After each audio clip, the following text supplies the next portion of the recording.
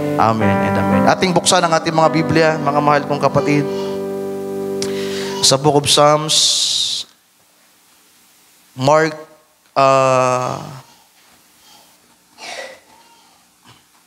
your Bible in the Book of Psalms. You can note, mga kapatid, 37. Okay, please open your scripture. Psalms 37, verse 37. Mark the perfect man, and behold the uprights, for the end of that man is peace. Tandaan mo ang sakdal na tao, at masdan mo ang matuwid, sapagkat may isang maligayang wakas sa taong may kapayapaan. Psalms 110, verse 4.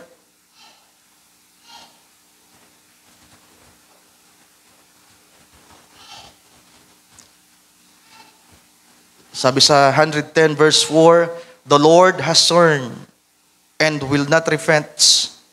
Thou art a priest forever after the order of Melchizedek." Hebrews chapter 7, verse 1 to 2.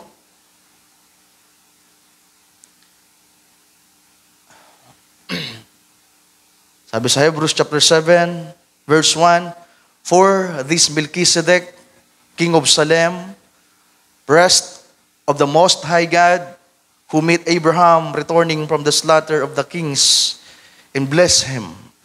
Verse 2, "To whom also Abraham gave a tenth part of all, first being by interpretation king of righteousness, and after that also king of Salem, which is king of peace." Ang Diyos na magpala sa pagbabasa ng kanyang mga salita, sabihin natin, Amen. Amen and amen. You may be seated, mga kapatid. So sa gabing ito ay nais ko pong bigyan ng title ng ating topic, The Order of Melchizedek.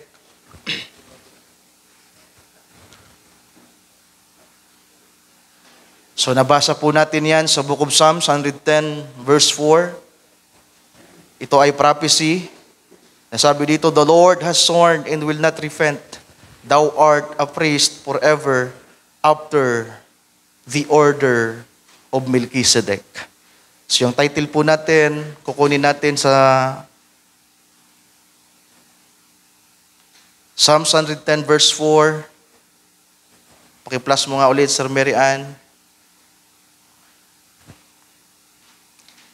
Yan, sabi po sa verse 4 ng 110 ng Psalms, "Thou art a priest forever after the order of Melchizedek." Actually, sa binasa po natin sa Hebrews chapter 7, nagsimula po kasi tayo sa chapter 7 verse 1, pero sa chapter 6 po, sa huling mga talata ng chapter 6 ng Hebrews, basahin natin.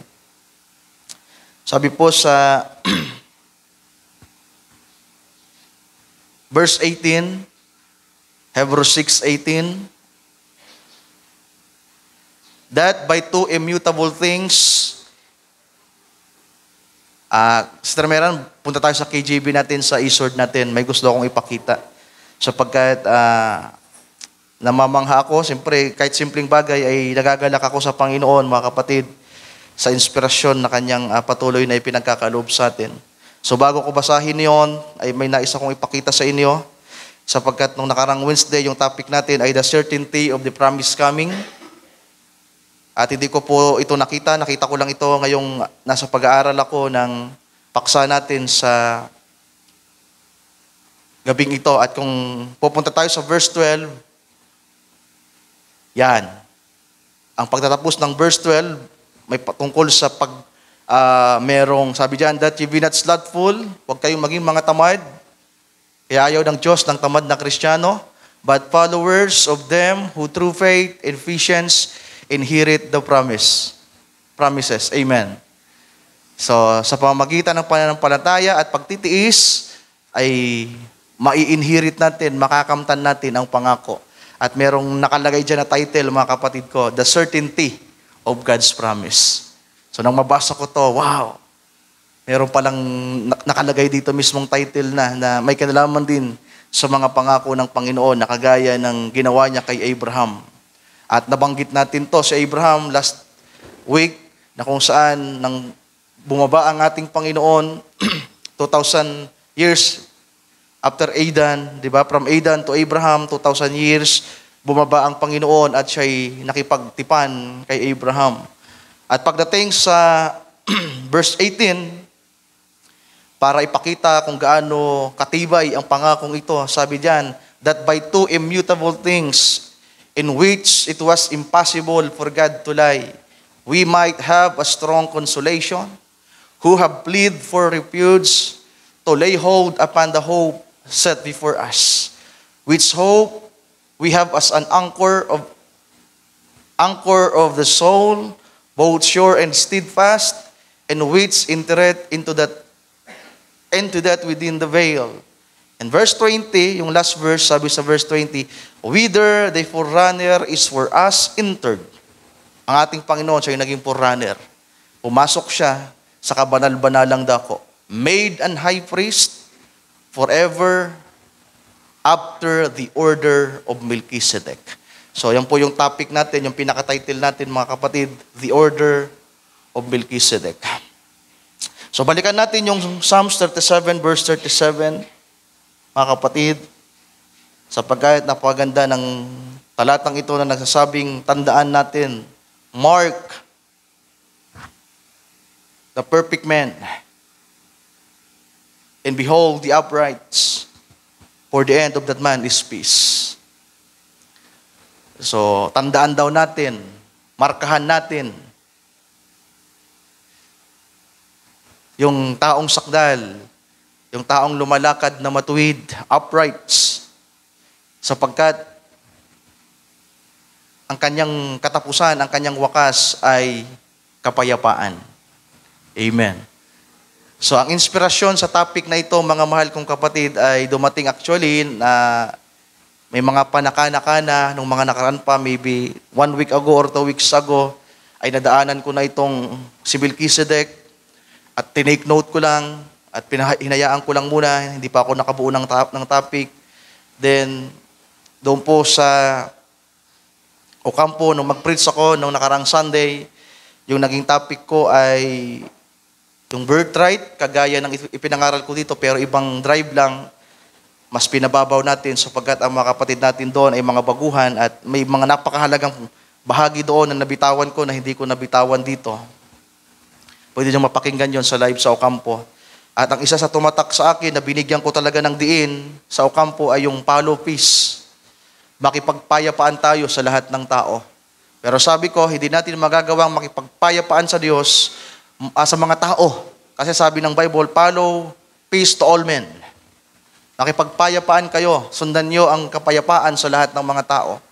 Pero sabi ko, hindi natin magagawang makipagpayapaan kahit kanino na hindi muna tayo nakikipagpayapaan sa Diyos.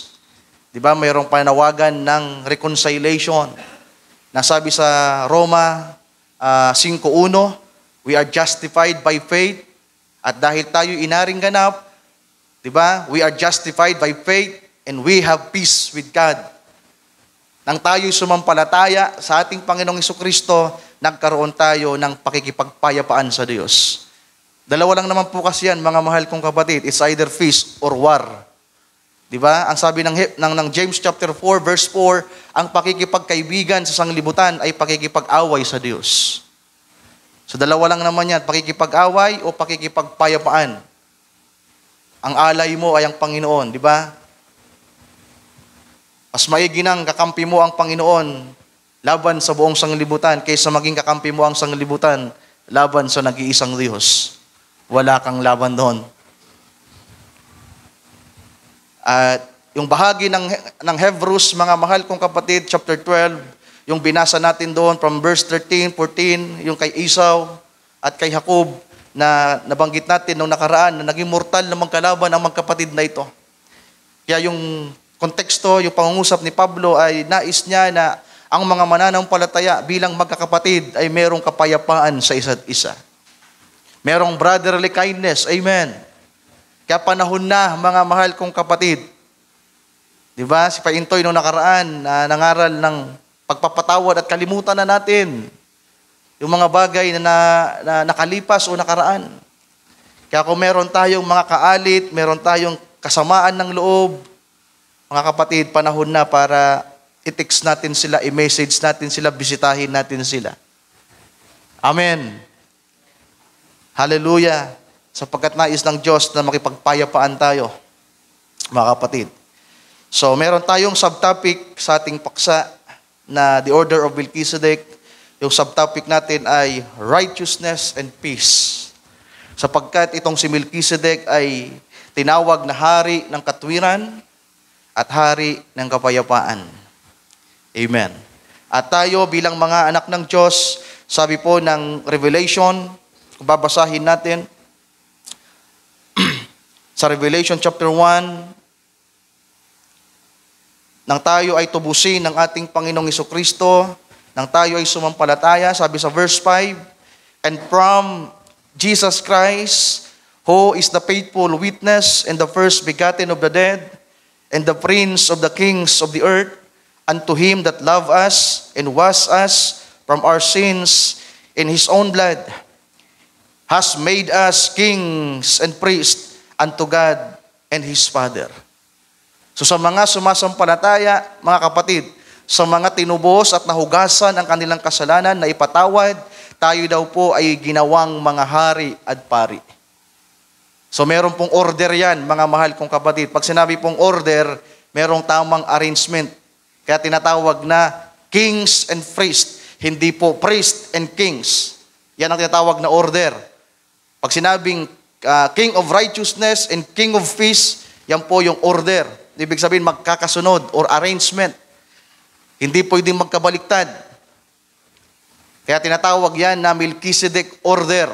At mamaya titingnan natin sa scripture paano naging order kay Melchizedek ang tinatawag na righteousness and peace. At si Brother Jeric, nung linggo lang, mga mahal kong kapatid, yung paksa niya ay the rest of our souls. At doon ko na ito nabuo itong topic na ito.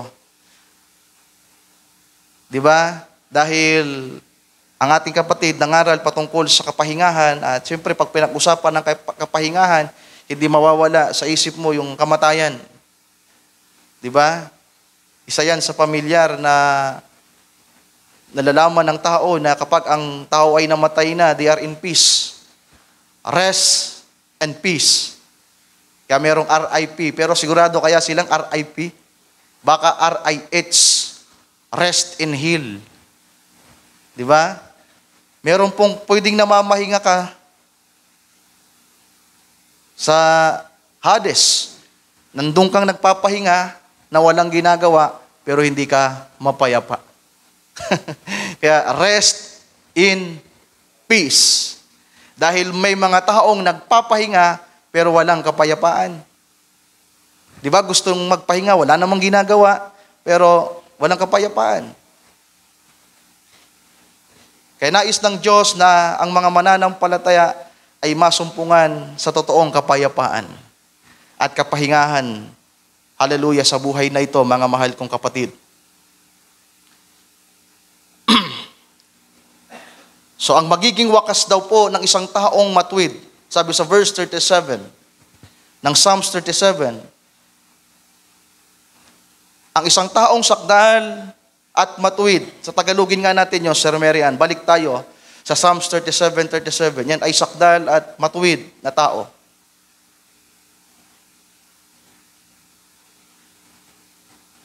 Tandaan mo ang sakdal na tao at masdan mo ang matuwid sapagkat may isang maligayang wakas. Actually, nabago sa Tagalog eh. English nga natin. English natin. I-click mo Sir Mera para hindi ka na... Okay, yan.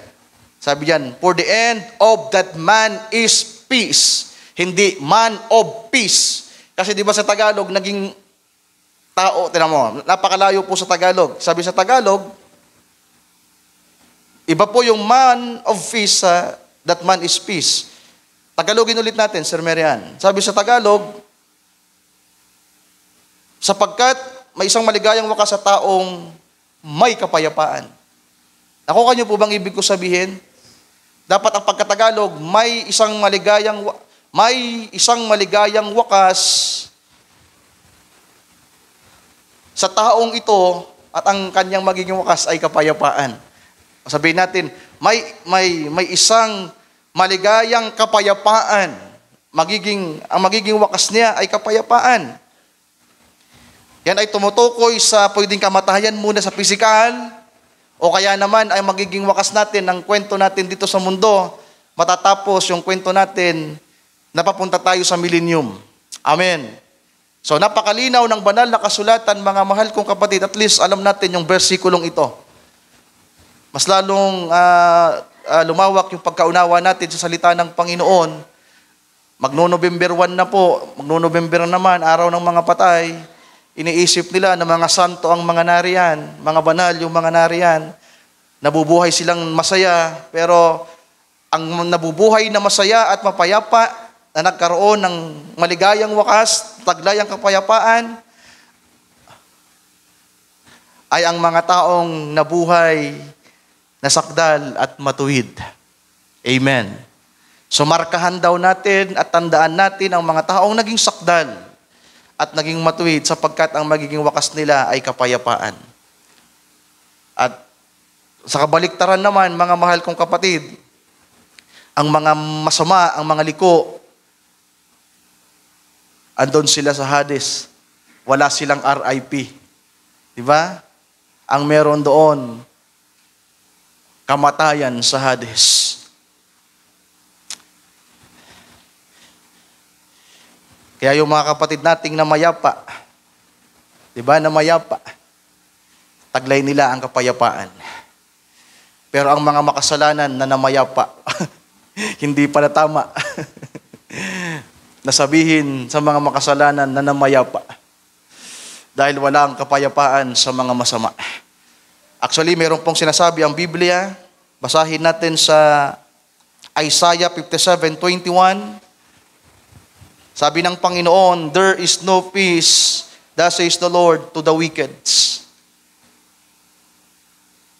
Walang kapayapaan, sabi ng Panginoon, sa mga masama.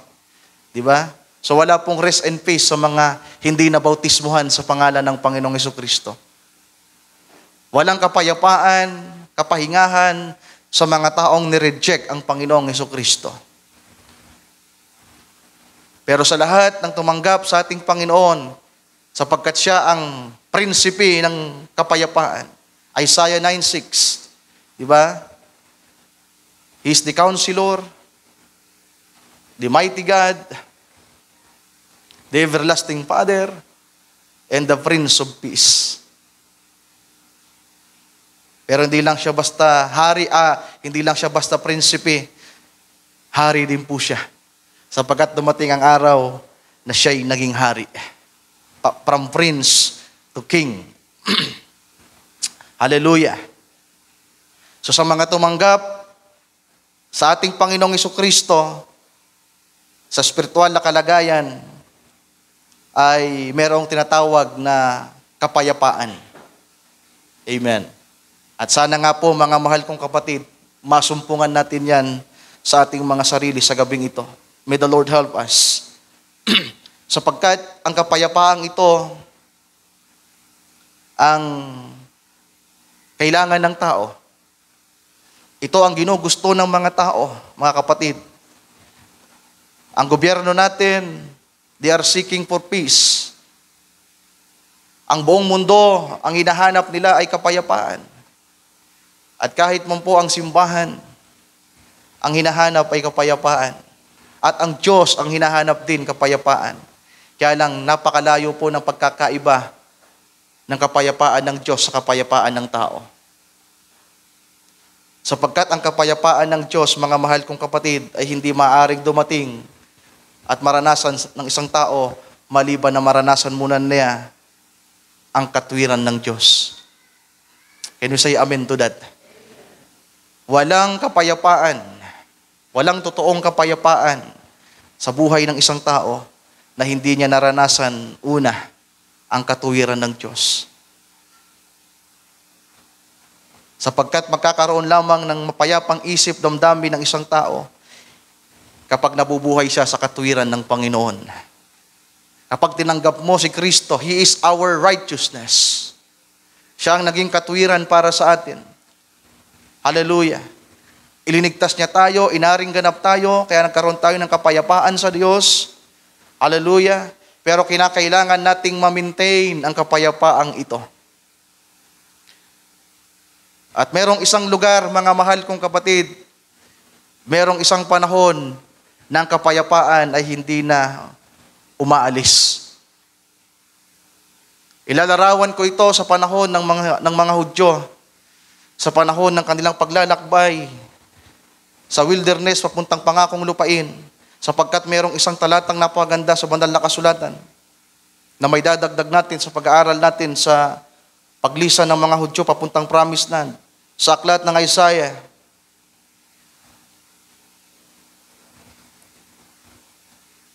sabi sa chapter 32, verse 16, ito po ay prophecy. Kino-quotes ang promised land, pero ito po ay prophecy sa panahong darating.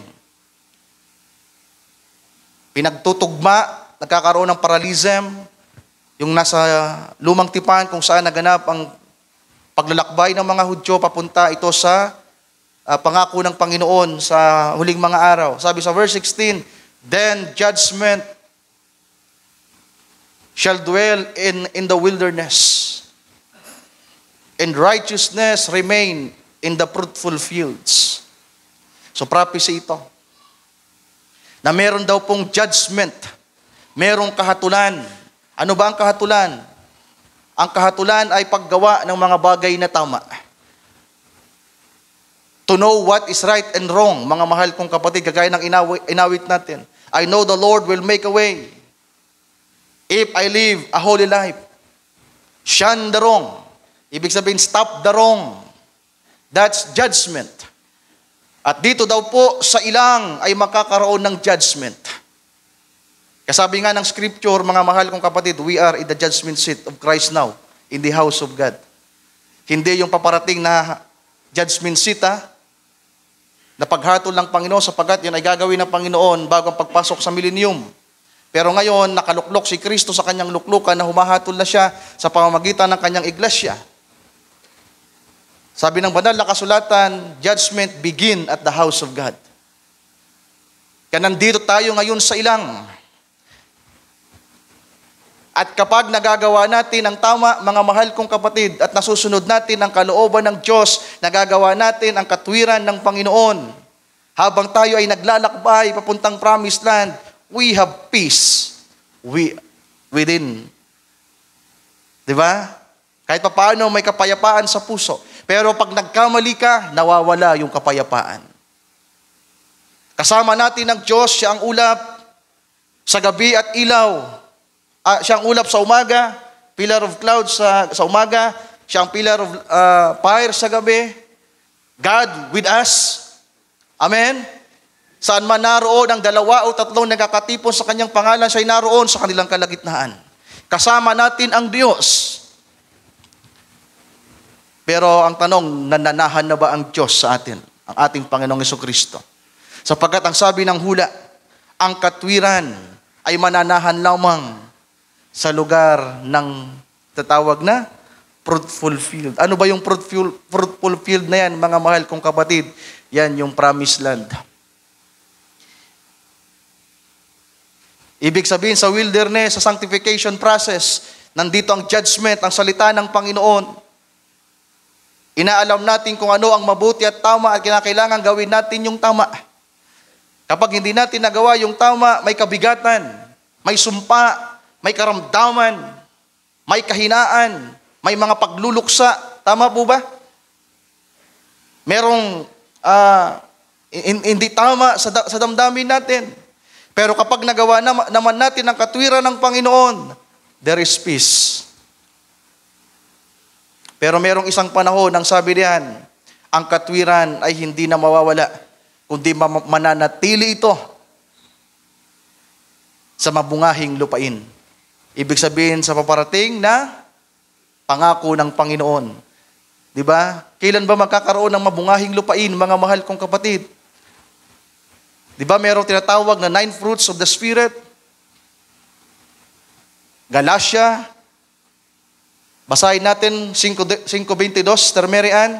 Tingnan natin kung ano ang bunga ng mabungahing lupain.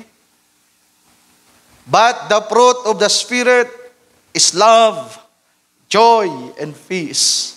Amen. Di ba? Kapag ang isang tao ay naranasan na ang pangako ng Panginoon, makatawid na siya sa Jordan River, maranasan na niya ang pangako ng Panginoon, then magkakaroon ng tinatawag na karanasan ng walang hanggang manifestation ng fruits of the spirits. Amen. Ibalikan natin yung Isaiah. Ituloy natin yung pagbasa. I hope nasusundan nyo, mga mahal kong kapatid. It is a prophecy. Na ngayon, meron tayong kapayapaan sa sanctification process kapag nagagawa natin ang kalooban ng Panginoon. Pero kapag hindi natin nagagawa, nawawala yung kapayapaan. Tama po ba? Pero kapag naranasan na natin ang pangako ng Panginoon, ang bautismo ng Espiritu Santo, peace will remain forevermore. Hallelujah. Sabi sa verse 17, tingnan nyo po, and the work of righteousness shall be peace. Ang naghahatid po pala ng kapayapaan, mga mahal kong kapatid, ay ang paggawa ng katuwiran.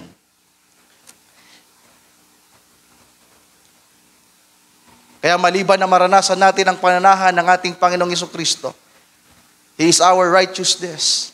He is the Prince of Peace, mga mahal kong kapatid. Maliban na maranasan natin yan, hindi natin mararanasan ang makapanatili sa katuwiran ng Panginoon at sa kapayapaan. Lagi magulo, di ba? Merong mga trials and sufferings na nagkukos na kung saan yung limitasyon natin ay nawawalan ng sabihin natin, hindi na natin makontrol. Yung patience, temperance, sa estadong yon ay hindi pa natin lubusang maperfect, mga kapatid. Naroon pa rin ang pagkainis, pagkagalit, pagkapikon, pagkasiphayo. Marami pang mga bagay. Pero kapag naranasan natin ang pangako ng Panginoon, ang magiging gawa ng mga Kristiyano ay pawang katwiran na ang bunsod nito ay kapayapaan. Amen. Matutulog kang payapa at gigising kang payapa. Sabi pa diyan, and the effect of righteousness. Ang effect daw po ng righteousness ay quietness and assurance forever. And my people shall dwell in peaceable habitation and ensure dwellings and in quiet resting places. Can we say amen to that? Kapag naranasan na natin ang pangako ng Panginoon, maranasan na natin ang lupaing mabungahin, hallelujah, ang manahan si Kristo sa atin, mga mahal kong kapatid. Siya ang ating katwiran, siya ang ating kapayapaan, ang bunga ay magmumula sa Kanya. Darating ang isang panahon, sabi diyan, ang magiging tirahan ng mga anak ng Diyos, sabi diyan ay peaceable habitation. Mapayapang tirahan. And ensure dwellings, mga kapatid, itong church natin ito, kung titingin po kayo sa baba, dito kayo sa office, may mga crack po. Kapag lumindol, hindi po to safe. Hindi to sure dwellings. Pero salamat, may pangako ang Panginoon sa mga anak ng Diyos na nalulugod sa kanyang mga kahatulan na ngayon ay nasa pagpapakabanal at tinutungo ang pangako ng Panginoon at isang araw mararanasan nila ang hulang ito. Can we say amen, mga kapatid? And my people shall dwell in peaceable habitation and in sure dwellings and in quiet resting place. So sino po ang makakaparihan, makakaranas niyan? ang mga taong una lumalakad sa kahatulan. You are in sanctification process. Naranasan mo ang bautismo sa tubig, tinanggap mo ang ating Panginoon, sumampalataya ka, nagpasimula kang lumakad sa pananampalataya, you are justified by faith, and now, nililinis ka ng Panginoon araw-araw, binabago ka ng Panginoon araw-araw, may namamatay sa iyo araw-araw. Amen? Hallelujah! At pagkadakay, kapag narating natin at naranasan ang pangako ng Panginoon sa mga huling araw na ito, then ang kapayapaan na mararanasan natin ay magpawalang hanggan na. Sabi diyan, balikan mo yung verse 17, Sir Mirana, verse 16. Sabi sa verse 16, righteousness remain in the fruitful fields, and the work of righteousness shall be peace. Mapayapa po ba tayo ngayon? Mga kapatid, are we living in peace? Yung wala kang inaalala. Di ba?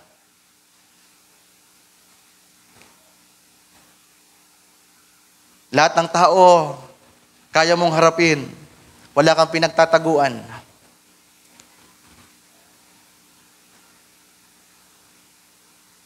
Mapakapatiran, mapakaibigan, mapakamag-anak, mapaamo, o sino man, wala kang kinakatakutan. Bakit? Ginagawa mo ang kahatulan ng Panginoon. Pero kung hindi natin nagagawa, mga kapatid, ang salita ng Diyos, doon po nagpapasimulang mawala ang kapayapaan sa puso natin. Hindi ka napayapang makita si brother, si sister, di ba, mga kapatid? Hindi ka napayapang pumunta sa church. You can examine yourself right now. Yan po ang reality. Andito tayo ngayon na nakaupo. Tahimik tayo, literal. Payapa, literal. Walang nag-aamen, literal. Di ba? Pero ang isip at puso natin, magulo. Yan ang katotohanan. May mga utang tayo, may mga karamdaman ng mga kapatiran. May mga kadisfellowship.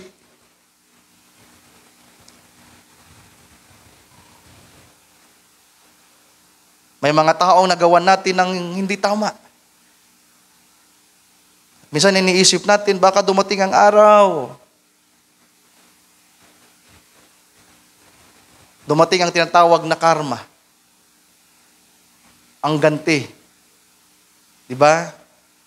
Kung hindi natin pagsisisihan at ititigil ang mga bagay na mali, hindi tayo mabubuhay sa kapayapaan. At isang araw, kaguluhan ang sasapitin natin. Kaya habang mayroong pang panahon, mga kapatid, ang talatang ito, ang paksang ito, ay pinagpala ako at nakatulong ito sa akin. Tumimo ito sa akin. Nakatulong ito sa akin at sana makatulong din sa inyo. Na kailangan nating itama ang mga bagay na mali. Sa sarili natin, sa kapatiran, sa pamilya, sa kaibigan, sa lahat ng bagay, kailangan nating maitama. Nais kong basahin ang Philippians, mga kapatid. Tingnan niyo po kung anong sinasabi ng kasulatan sa pangungusap ni Apostol Pablo.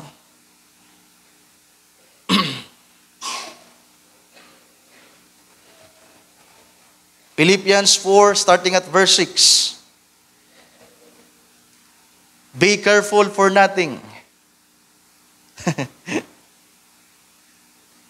Tagalogin nga natin, Sir Marian, yung bahaging yan. Huwag kayong mga balisa sa anumang bagay. Ano ang kabaliktaran ng kapayapaan? Kabalisahan. Iniisip mo ang maraming bagay. Iniisip mo yung mga naging pagkakamali mo kaya hindi ka makatingin sa kapatid. Wala ka ng kagalakan na dumalo sa gawain. Balisa ka kasi. Andito ka sa church pero balisa ka.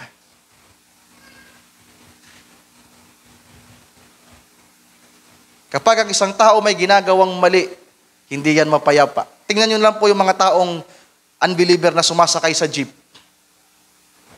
Ang sisiksi ng suot nila, di ba? Ang ikli ng palda tapos yung mga suot nila. Tapos kapag umupo, balisa. May mali gusto palang umupo ng maayos, dapat nagsuot ka ng tama. Tama po ba? Kaya kapag ang isang tao may mali sa kanya, balisa yan. Hindi yan makatingin sa mata. Iiwas yan sa'yo. Hindi yan mag-church. Walang kagalakan yan sa Panginoon. Pero sabi ng banal na kasulatan, dapat sa mga Kristiyano, huwag mabalisa sa lahat ng bagay, kundi sa lahat ng mga bagay, sa pamamagitan ng pananalangin at daing na may pagpapasalamat, ay ipakilala ninyo ang inyong mga kahilingan sa Diyos. Amen. Bakit wala tayong confidence na manalangin sa Panginoon at hingin ang mga bagay na kinakailangan natin? May mali. May mali sa kahatulan ng Diyos. What is wrong in rights? Imbis na stop the wrong, do the right, baliktad ang nangyayari. Stop the right, do the wrong. Ang sarap naman kasing gawin ng mali, tama po ba? At tila po bang hirap gawin ng righteousness? Kabagan nawa tayo ng ating Panginoon, mga kapatid. Sabi pa ni John the Beloved sa kanyang sulat, kung ginagawa natin ang kalooban ng Diyos, we have the confidence, amen, na anumang bagay na hingin natin sa Kanya, ipagkakaloob niya. So talagang napakarami po ng pagkukulang ng mga anak ng Diyos sa mga huling araw na ito. We are in the sanctification process at kadalasan nabibigo tayo sa pagsunod sa salita ng Panginoon. At ang sabi sa verse 7, itaas mo, Sir Mary Ann, diba? At ang kapayapaan ng Diyos na di masayod ng pag-iisip, ang siyang mag-iingat ng inyong mga puso at ng inyong mga pag-iisip kay Kristo Jesus. Amen. Be careful for nothing. Dapat sa mga Kristiyano, nasa pananalangin sa Panginoon, nasa pagpapakumbaba sa Panginoon, nasa pagbubulay-bulay. Ano na ang kalagayan? Nasa pag-i-examine ng kanyang sarili. Sabi na Apostol Pablo sa mga taga-Korinto, huling talata, sa huling mga talata ng huling kabanata ng 1 Corinthians, chapter 15, kung ako nagkakamali, mga kapatid, chapter 16, examine yourselves in the faiths. Tingnan natin, Sir Mary Ann. Andyan yan. English mo. Ihanapin mo yung examine yourself. Tingnan natin. Nabanggit natin at ipilinas ni Sir Mary Ann, hanapin natin. Kung hindi yan sa 1 Corinthians, 2 Corinthians, uling chapter or verse 5 ng chapter 13, examine yourself whether you be in the faith. Prove your own selves. Know ye not your own selves how that Jesus Christ is in you. Ito ang sinusulatan ni Pablo ay mga na-born again na at nakaranas ng baptism of the Holy Ghost. Pinapa-examine ng mga Kristiyanong nandoon kung sila ba ay they are baptized of the Holy Ghost or mga reprobates, mga kapatid. So mayroong pagsisiyasat. So dapat ganoon ang mga mananampalataya. Can you say amen to that? Nasa pananalangin, nasa pagbubulay, upang dumating ang kapayapaan ng Diyos na di masayod ng pag-iisip. Balikan natin yung Philippians. In the peace of God, sabi doon, ang kapayapaan ng Diyos ay mapasa atin, mga kapatid. And the peace of God, which passes all understanding. Kung ito'y mararanasin natin, ito ang mag-iingat sa puso natin at sa ating pag-iisip. Amen. Hallelujah. Sabi pa sa verse 8, tingnan nyo. Finally, brethren, andito yung process, yung way to peace. Ito yung tinatawag na judgment, mga kapatid.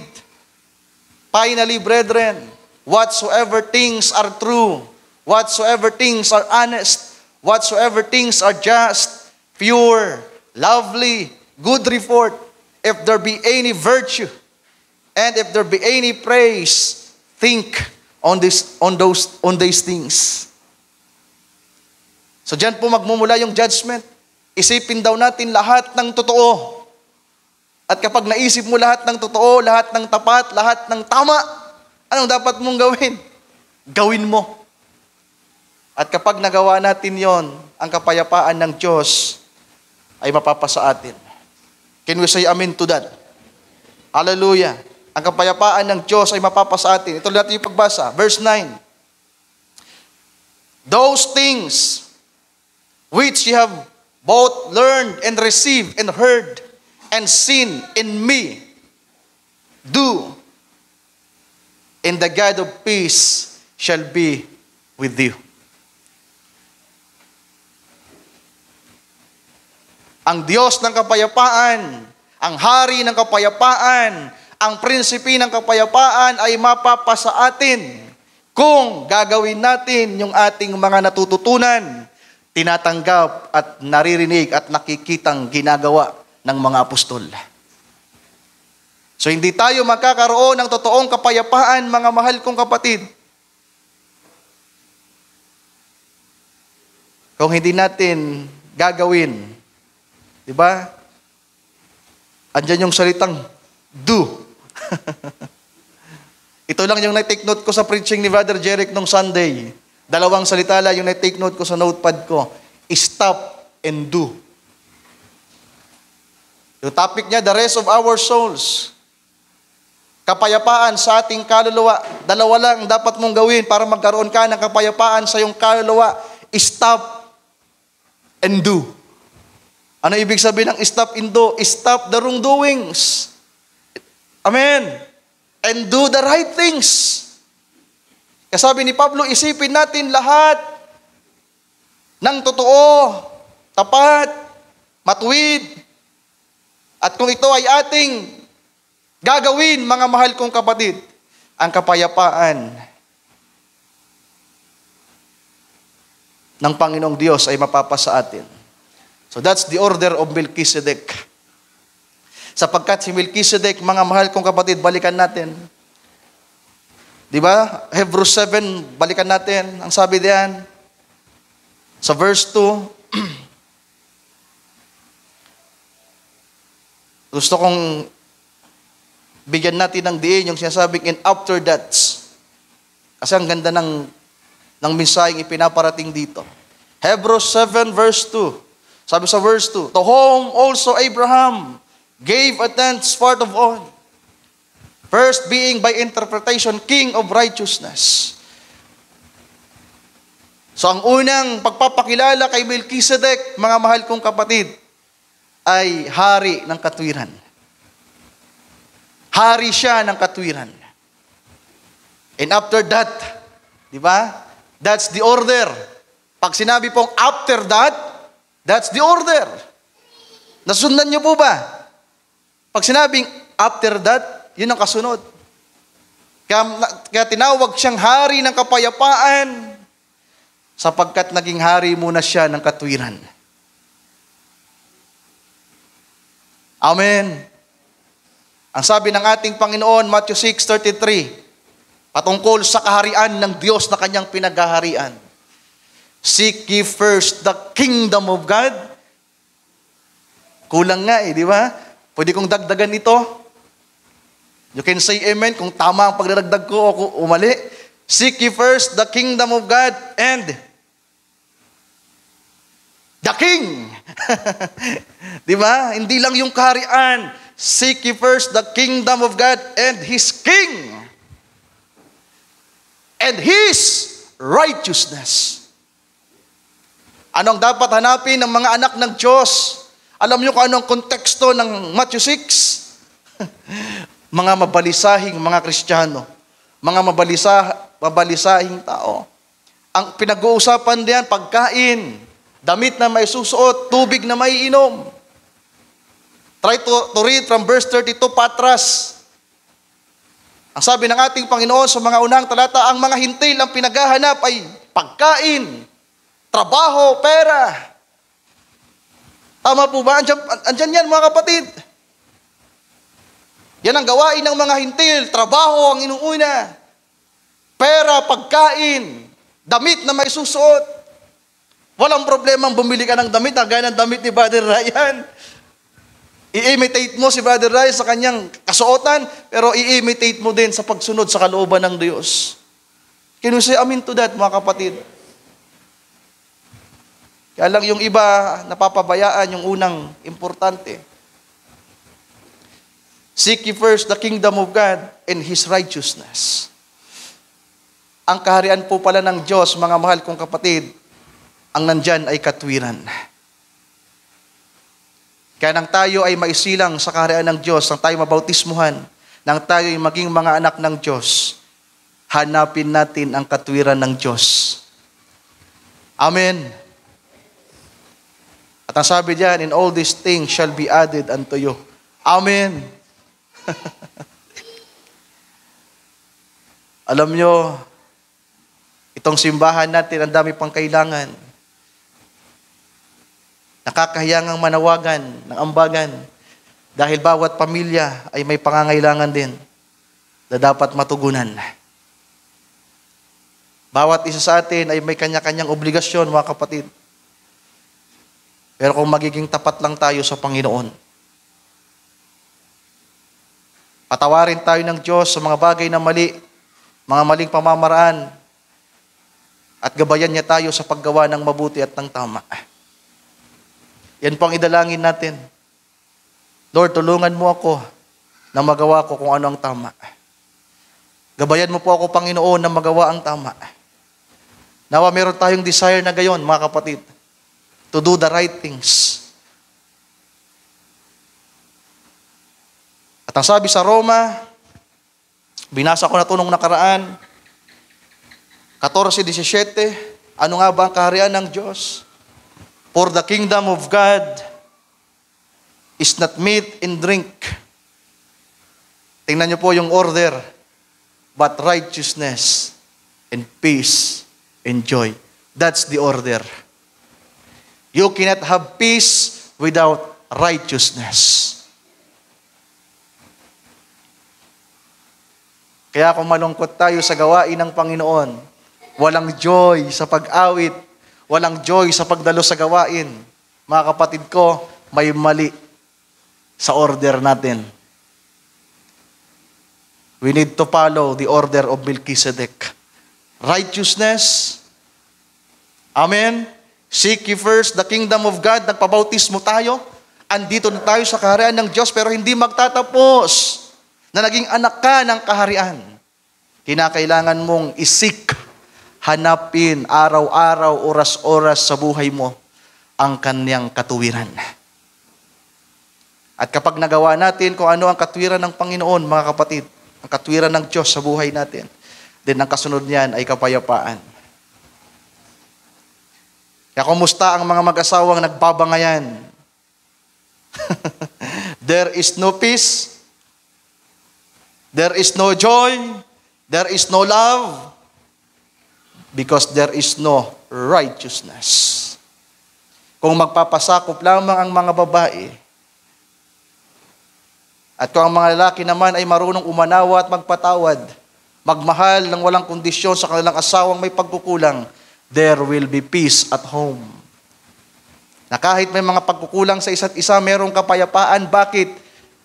Nagagawa mo ang katwiran ng Panginoon, ang sinasabi ng Diyos, mga babae, pasakop kayo sa inyong mga asawang lalaki. At mga lalaki, ibigin ninyo ang inyong mga asawang babae na kagaya ng isang marupok na sisidlan, sapagkat ang mga babae ay maraming pagkukulang.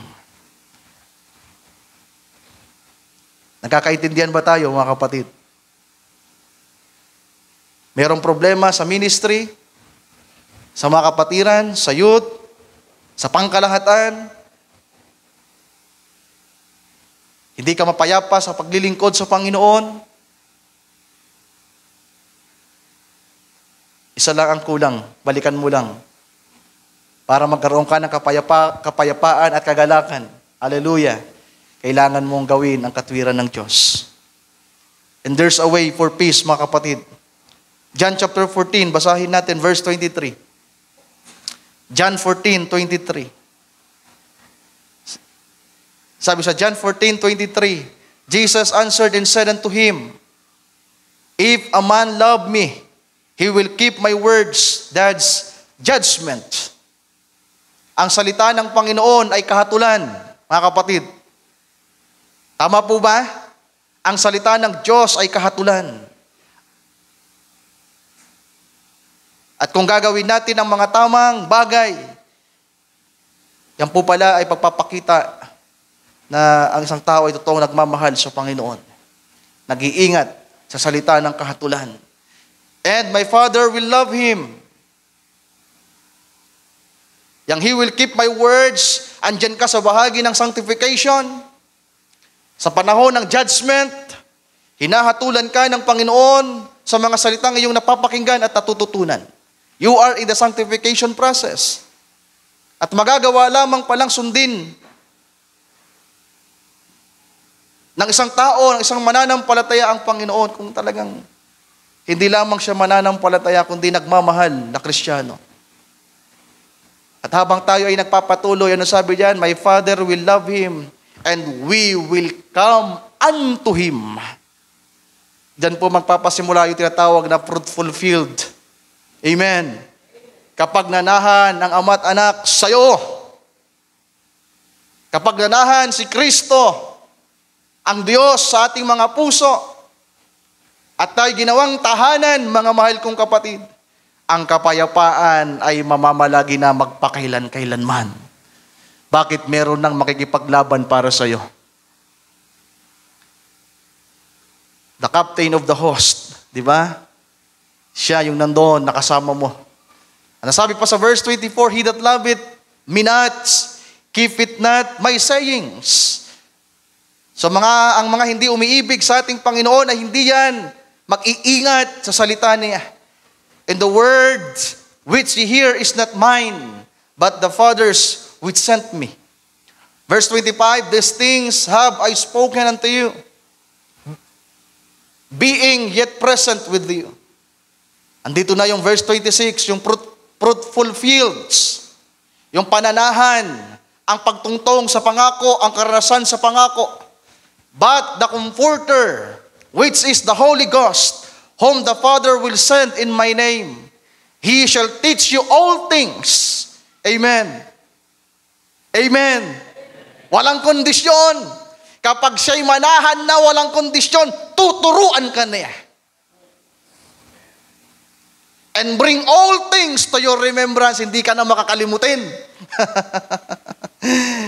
Amen. Alam mo na ang kahatulan ng Diyos. Alam mo kung anong kanyang kalooban. Whatsoever I have said unto you, lahat ng kanyang sinabi. At tingnan nyo ang verse 27, sabi ng Panginoon, kapag ang Espiritu Santo, ang Comforter, ay manahan sa isang tao, peace I live with you. My peace I give unto you. Hindi yan literal na tinanggap ng mga alagad nung araw na yan. Dahil after ng mga pangyayari dyan, anong ginawa nila?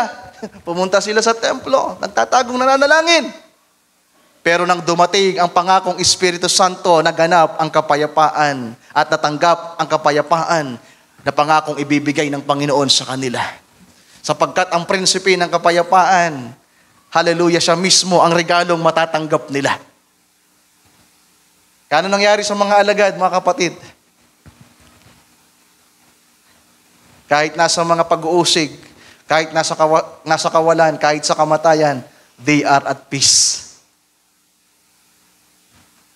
Si Pedro ipapako na lang, nag-request pa. Ayaw kong ipako ng nakatayo. Ipako ninyo kung nakatiwarik. Si Stephen habang binabato, pinapatay ng mga tao, nananalangin. Nang sabi doon, nakita ng mga taong napakaamo ng mukha na parang anghel. At nakita ng pangitain, na bukas ang langit at nakitang si Kristo ay nakatayo sa langit. Yan ang mga taong tumanggap ng totoong kapayapaan. At ano ang kanilang mensahe? Kagaya ng ating Panginoon na hari ng kapayapaan, nang siya'y nakapako sa krus ng Kalbaryo, habang tinutuya at sinasaktan ng mga tao, anong sabi ng Panginoon? Ama, patawarin niyo po sila. Yan yung pagiging pari natin, pakikipagpayapaan. Kapag alam mo ang katwiran ng Diyos, ang kasunod niyan ay pakikipagpayapaan. Hindi gera ang dinala ng Panginoon nung dumating siya dito. Nais siyang iligtas ang mga tao nung time na yon, mga kapatid. Ano sabi ng Panginoon? Ama ko, patawarin niyo po sila sapagkat hindi nila alam ang kanilang ginagawa. At ganoon din po si Stephen habang pinapatay. Ang ginagawa niya ay pagiging pari. Anong gawain ng pari, mga kapatid ko? Pakikipagpayapaan, reconciliation. Ang high priest na pumapasok sa pinakabanal na dako, ang kanyang ginagawa doon ay pakikipagpayapaan sa Diyos. Kaya ang mga anak ng Diyos, tama yung nasa Matthew chapter 5, mga peacemaker tayo.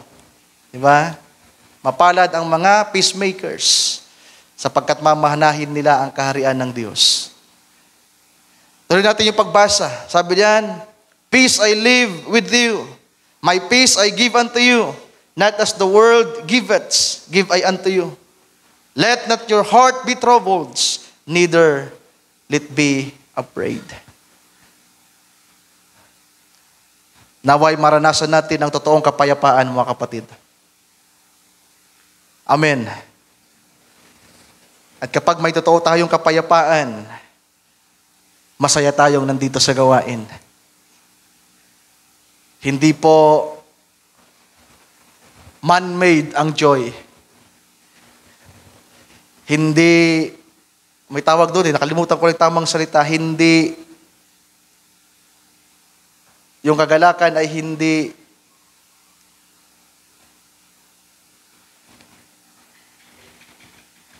yung ibang salita, dapat ang kagalakan natin dito ay genuine. At yung kabaliktaran naman ng genuine ay yung parang pinipiki mo. Ha? Akala mo masaya. Pero ang totoo, inis na kay Brother Ryan. inis na sa kapatid. Diba? Yan ang katotohanan, mga kapatid. Every time na nagmamadali tayong umuwi, patawarin tayo ng Diyos. We are not at peace. Dahil ang isang Kristiyanong at peace, walang inaalala yan. Pero ang katotohanan, marami po tayong inaalala. Kaya sabi ng banal na kasulatan, be careful for nothing. Let your request request be made known unto God. Diba? At kayo dumalangin sa Panginoon, iparating sa Kanyang inyong mga petisyon. Nasabi doon, in the God of peace, ay sasayin niyo. John 16:33, malapit na po ako magtapos, mga kapatid. Punta tayo sa John 16:33, sa sumunod lamang na kabanata, Sir Marian.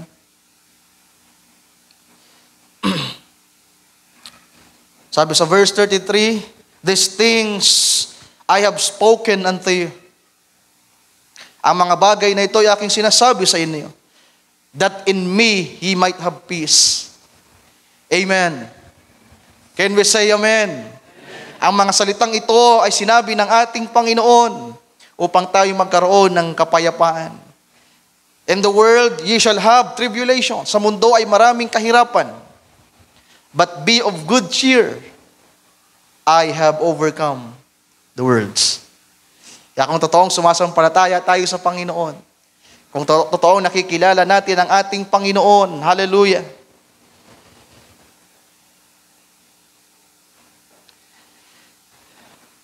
sa pagsunod sa Kanyang salita ay mayroong kapanatagan, mayroong kapayapaan. Magpapatuloy tayo sa paglalakbay in journey of faith, mga kapatid, papuntang pangako. Sinusundan natin ang mga salita ng Panginoon. At kung magagawa natin ang Kanyang kalooban, meron tayong kapayapaan sa Kanya. And every time na nabibigo tayo, merong kabigatan, merong kalumbayan, merong kaguluhan, kagulumihanan. At pagkadakay nagpapakumbaba tayo sa Panginoon, humihingi ng tawad, nagsisisi, na dumadalangin sa Kanya, tapos maya-maya ay makakaroon na naman ng kagaanan, ng kapayapaan. Pakalipas ng ilang oras, ng araw, nakagawa na naman ng pagkakamali, kabigatan na naman at kawalan ng kapayapaan. Pero sige lang, just go and move forward. Bawat hakbang ay mahalaga. Kung napatras ka, bumalik ka lang at umakbang ka ulit, paabante. Ito'y nawa yung maging inspirasyon natin mga kapatid. Hindi madali ang maglakbay papuntang pangako. Maraming nabuwal. Salamat sa mga salita ng Panginoon na nagbibigay sa atin ng guidance. Paano tayo makakarating sa pangako. Huwag nating gayahin ng mga Hudyo na naging matigas ang ulo. Huwag nating gayahin ng mga Hudyo na prinovoke ang Panginoon. Huwag nating gayahin si Esau. Ang dami na ng pagtutularan. Ang gayahin natin ay si Kristo na nagbata sa lakbayin papuntang krus ng Kalwaryo para sa atin. Hallelujah. So napakalapit lamang na nilakbay ng ating Panginoon, mga kapatid, from Jerusalem to school. Yung tinatawag na land of school, kung saan doon siya ipinako. Nilakad lamang yon ng ilang minuto or oras. Pero yung lakad na yun ng Panginoon, ang pinakamatinding lakad na nangyari sa kasaysayan ng lupa. Bit-bit ang krus, hinahagupit, pero dinala niya ang krus na yon. Bakit? Yun ang katwiran ng Ama. At ang ating Panginoon, nang siya'y maging hari ng katwiran, at siya'y ating naging katwiran, siya ay naging hari din ng kapayapaan. That's the order of Melchizedek. And who is Melchizedek? Our Melchizedek is no other than the Lord Jesus Christ Himself. Sapagkat ang pagpapakilala kay Melchizedek sa verse 3 ng Hebrews 7, siya'y walang, sa mga sumunod na talata ng Hebrews 7, di ko nababasahin, siya'y walang talaan ng lahi, walang pinagmulan, walang nanay, walang tatay. No beginning, no ending. Basahin nga natin sa mga hindi pa nakabasa nito. Sige, Estremera, sa mga sunod na mga talata. Sabi sa verse 3,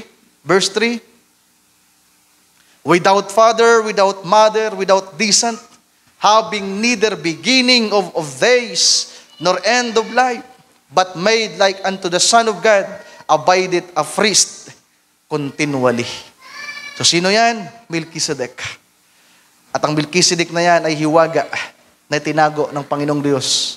Sapagkat ang Melchizedek na yan, na binayaran ni Abraham ng tithes. Binayaran, mga kapatid. Ang sumunod sa verse 7, Estremera, or verse 9, sabi sa verse 9, and as may so say, Levi also, the Levites, who received tithes, paid tithes in Abraham.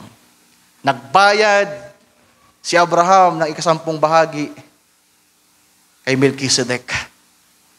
Bakit? May utang po kasi tayo sa Diyos.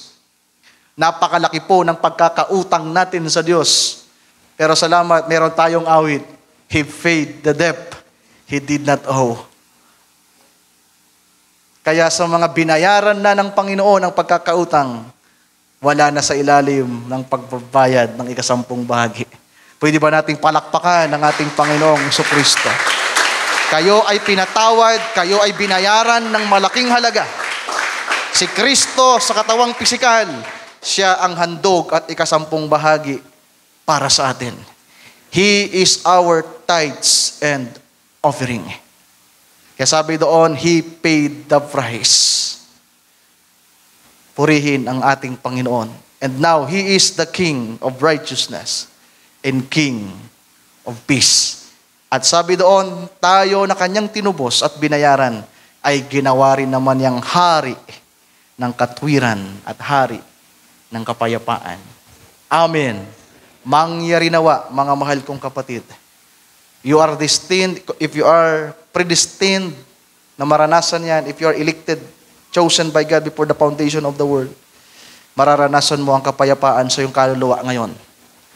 Napapatuloy ka sa paglilingkod, nataglay ang kapayapaan na mula sa Panginoon. Tayong lahat ay magsitayo, mga kapatid. Hallelujah.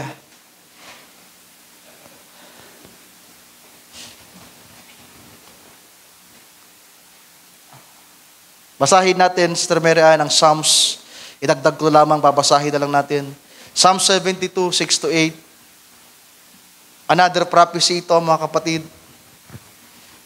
Noong nakaraan, nangaral ako about sa ulan. Tingnan nyo pa ang ulan. He shall come down like rain upon the mown grass, as showers that water the earth. Siya'y babagsak na parang ulan. Atras tayo ulit. Atras tayo ulit.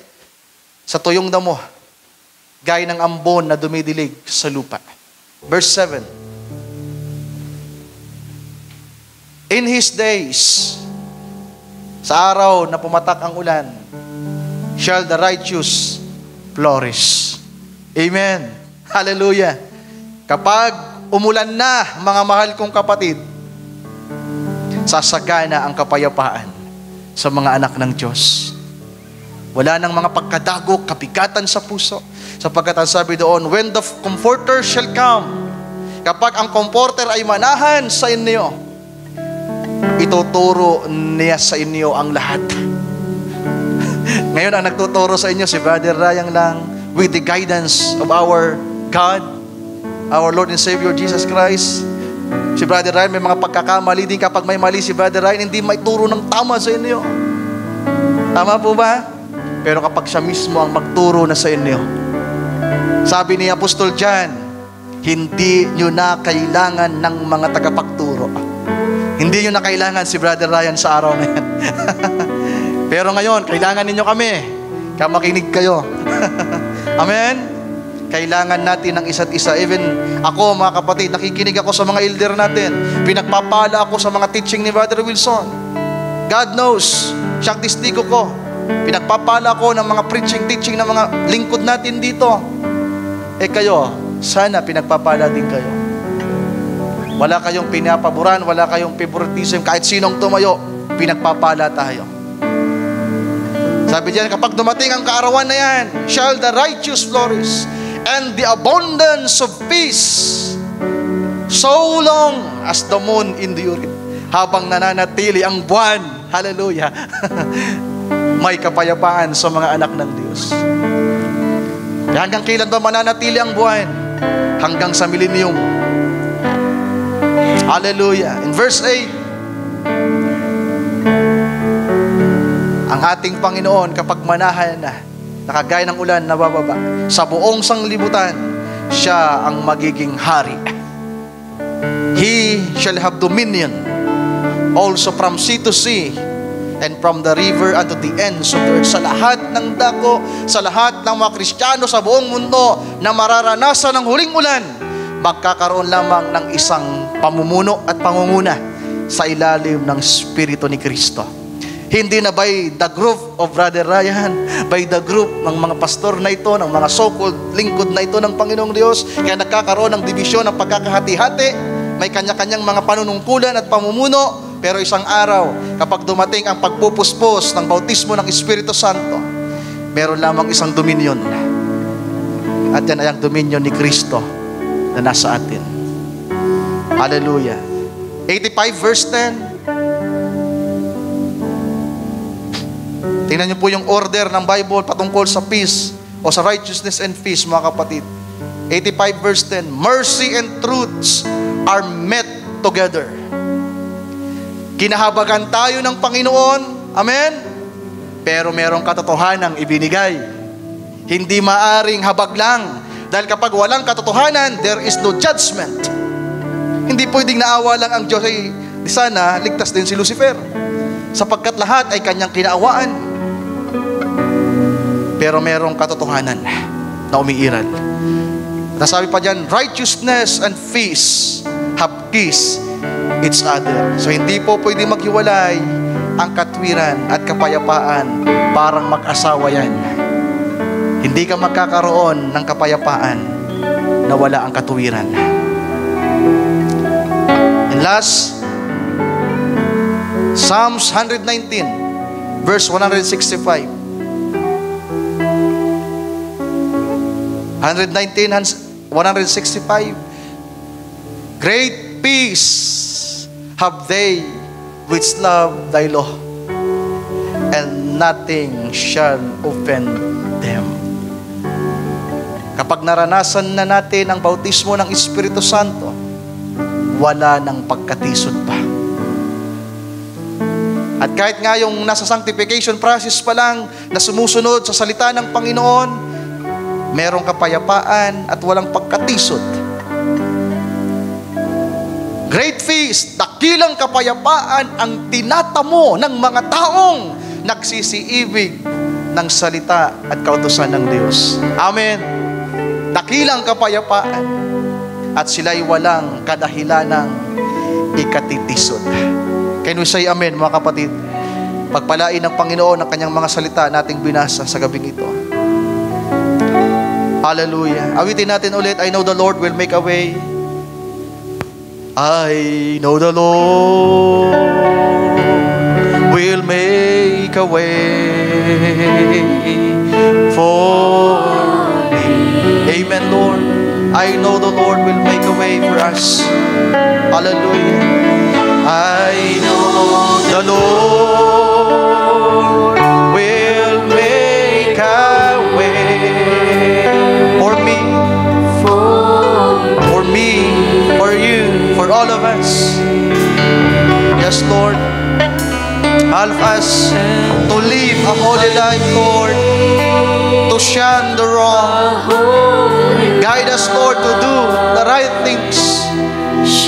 Gaya na sinabi ni Pablo, napakaisipin namin lahat ng bagay na totoo, tapat, matuwid, kaaya-aya, Panginoon, at gawin namin ang mga bagay na ito. Yes, Lord. Yes, oh God. Hallelujah. Isang pa, I know the Lord will make a way.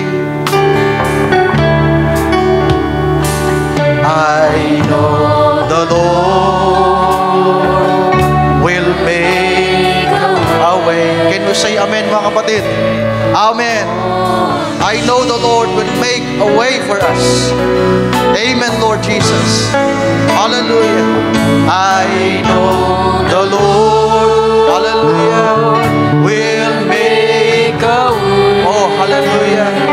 We believe, Lord. Yes, Lord. Hallelujah. And if I live a holy life, help us, Lord. Help us, Lord Jesus. And do the right. I know the Lord will make a way for me. Can we say amen, mga kapatid? I know the Lord will make a way. Sabi sa Roma 3:16-17, basahin natin, Sir Marian.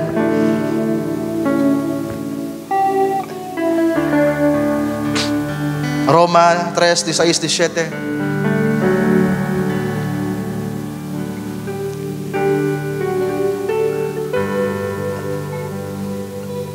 Destruction and misery are in their ways. Dating daanan din natin yan.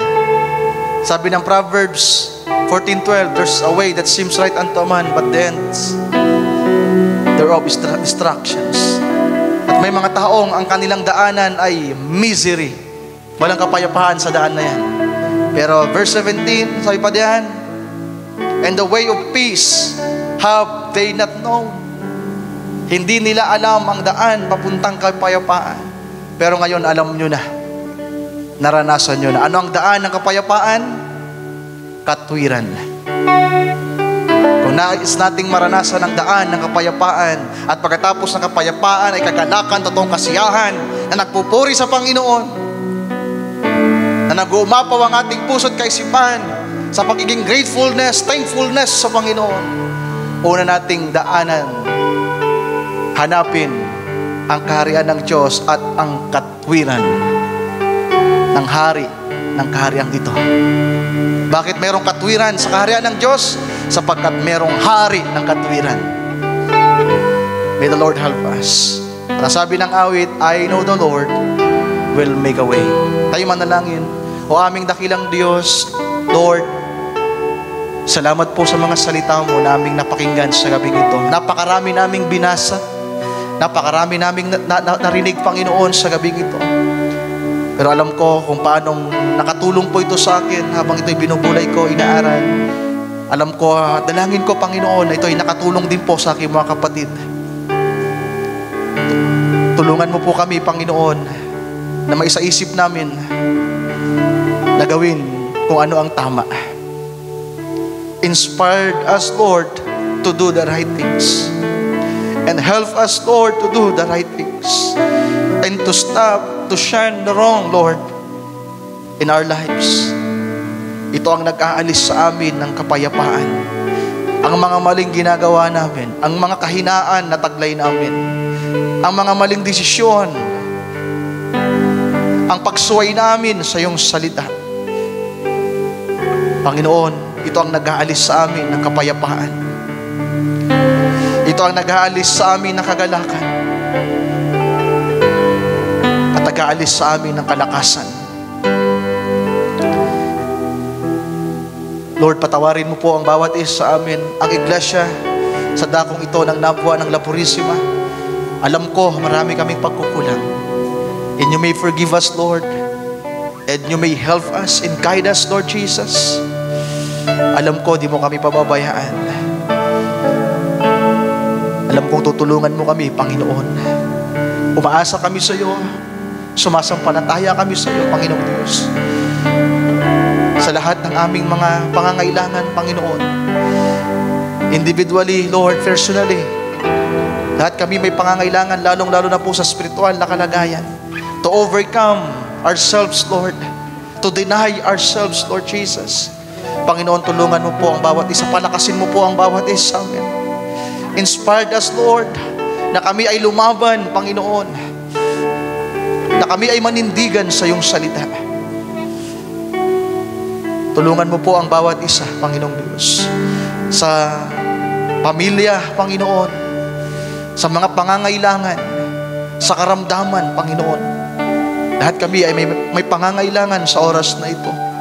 Pero patuloy po kaming umaasa sa iyo. Tulungan mo po kami, Panginoon. Nawang inspirasyon sa paksa sa gabing ito ay hindi lamang maging isang paksa, kundi, Lord, tumimo nawa ito sa aming mga puso at isip.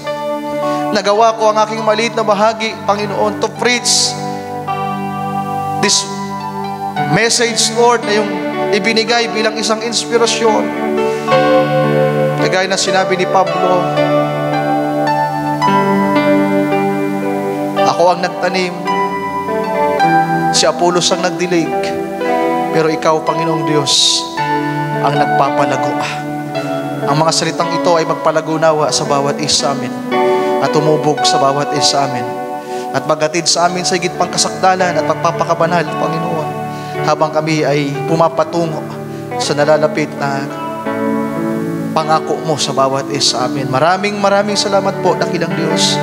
Ikaw po ang magpuno sa pagkukulang ng bawat isa amin sa gabing ito. Patawarin kami sa lahat ng bagay na hindi tama sa buhay namin. At turuan kami, Panginoon, na magawa ito.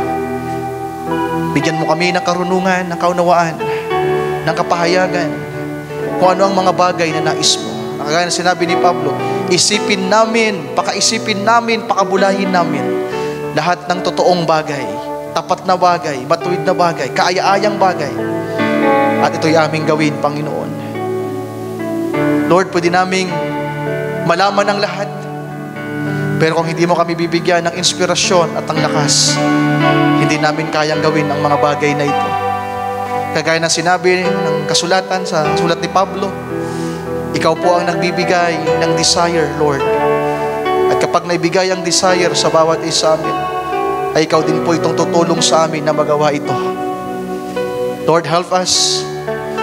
Tulungan mo po kami na magawa namin kung anong mga bagay na matuwid ayon sa iyong sakdal na kalooban. Maraming salamat po sa gabing ito.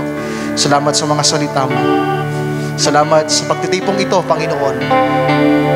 Pagpalain mo po ang bawat isa sa gabing ito at sa aming paghihiwa-hiwalay. tinatapos namin ang gawain, Lord, na may kasiyahan sa aming puso. Gaano man ito kaliit o kalaki, Panginoon, ang mga salita mo ay nagbigay ng kasiyahan sa amin. At nawang mga salitang ito ay maging pagpapala, Panginoon, sa bawat isa. Ikaw pang mag-ingat sa bawat uuwi, Panginoong Diyos. At patuloy po na gumiya at gumabay sa mga oras, araw na lalakbayin pa namin, Panginoong Diyos, hanggang sa muling pagtitipon. Maraming salamat po, Panginoon. Sa iyo ko po itinataas at ipinagkakatiwala ang lahat ng aming mga pangangailangan. Ang spoken request, Lord, itinataas namin sa iyong lahat at patuloy na umaasa na may magagawa ka sa amin. We bring back to you all the glory and honor and praise, Lord. And we ask all these things in prayer in the mighty name of you, our Lord and Savior, Jesus Christ. Amen. Amen. And amen. Nating palakpakan ng ating Panginoon, mga kapatid.